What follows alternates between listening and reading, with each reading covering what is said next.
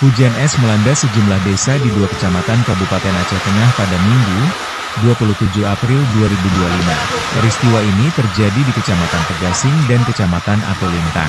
Menurut keterangan warga Panangan Matan, Amri, hujan es terjadi siang hari sekitar pukul 14.00 saat cuaca mulai mendung dan hujan turun. Kejadian tersebut berlangsung hampir 15 menit, dengan bola-bola es sebesar kacang kedelai berjatuhan. Awalnya tidak sadar, waktu sembunyi seperti dijatuhi batu. Baru sadar dan lihat esnya cukup besar, hampir seperti kelereng, katanya. Ia belum bisa memastikan kerusakan yang timbul akibat hujan es tersebut, termasuk kerusakan lahan pertanian warga.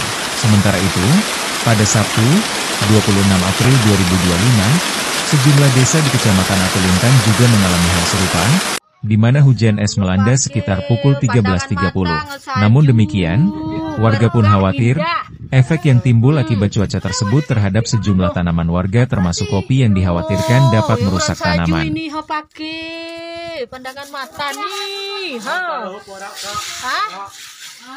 ini urat saju, noodle gimeh ya Allah. Tapi amat nengko, bengi, nuran salju, sejoke,